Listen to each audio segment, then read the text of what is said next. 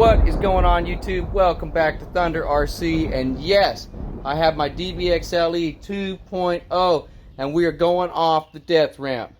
That's right, you heard it. Death ramp. This ramp is huge. Look at this. Look at the size of this ramp.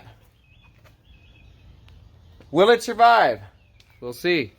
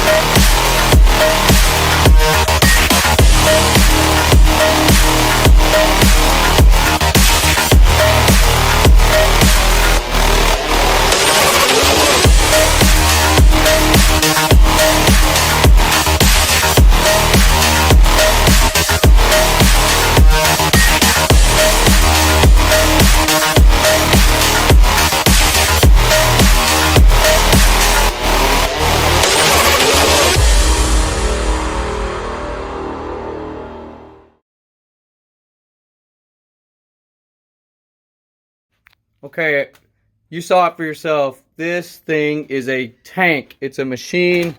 It's a beast warrior. This thing has blown my mind, guys. It's the heaviest RC I've ever owned, and probably the toughest RC that I've ever owned.